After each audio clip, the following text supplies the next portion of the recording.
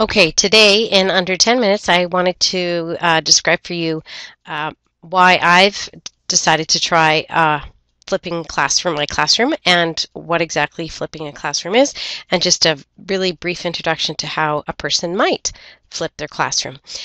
So my journey started when I came across a teacher, Paul Anderson, biology teacher in Montana, and I came across his YouTube channel, which has a whole bunch of posting screencasts, videocasts of biology lessons, and he was getting a lot of views, some of them upwards of over 40,000 people. Photosynthesis, right? Who knew?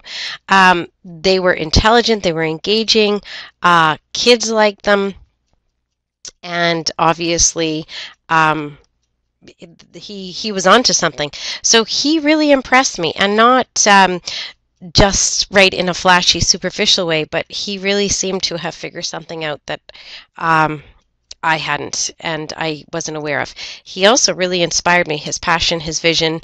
But most of all, I was confused. I didn't understand where this led me and where to go next. I was a bit lost. The other thing that confused me was that I had built my teaching practice around a grade 12 lecturing, and it had kind of become a bad word and a four-letter word. And the truth was, though, that I realized and I knew that I still needed to be an expert with the big machete to lead kids through the dense jungle of information that they had to march through so they didn't get lost and scared and eaten by crocodiles or alligators or whatever. So I didn't quite know how to balance this. I knew that also lecturing can be really engaging, right? If you listen to someone who knows what they're talking about in a meaningful, engaging way, it does really engage your brain. So I didn't quite understand how this was going to work. And then I came across another YouTube video.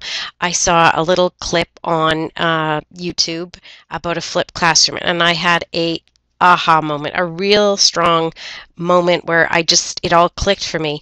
And it rang so true. And so I'm just going to play for you this description by this teacher, science teacher again, and I had loaded it already. Okay, here we go.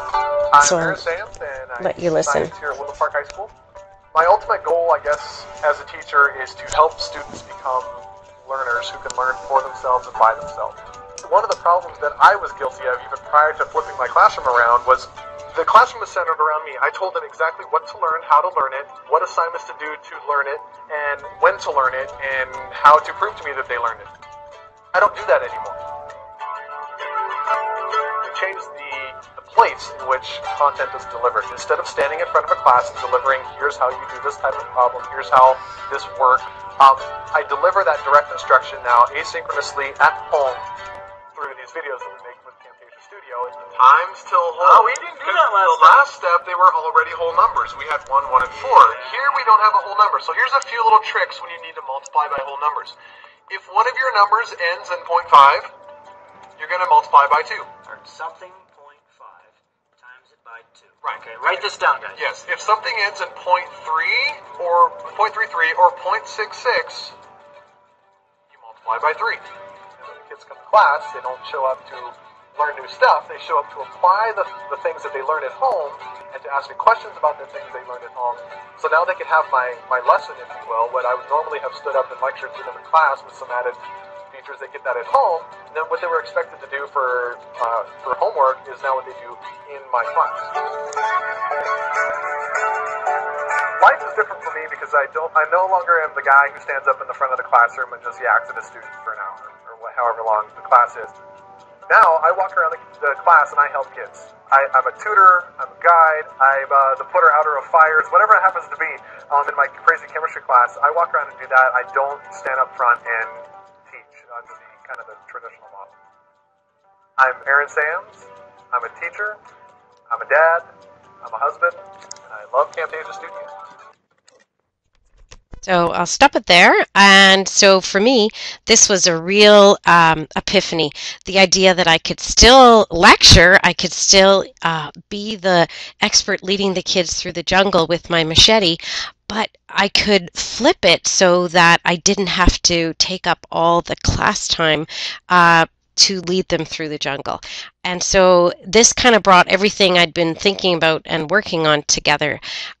So it's a big question, right? Is technology, is it good or bad? How is society going to evolve in the youth of today as a result of the technology?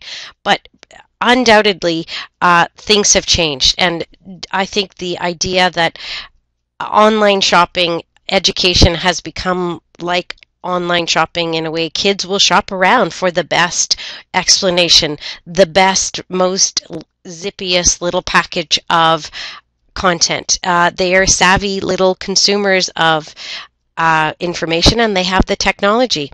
I'm definitely getting older, but I had built my life around you being lecturing, and so it was kind of this. I realized it wasn't necessarily working, but I didn't know where to go. So to me, this was the perfect kind of answer.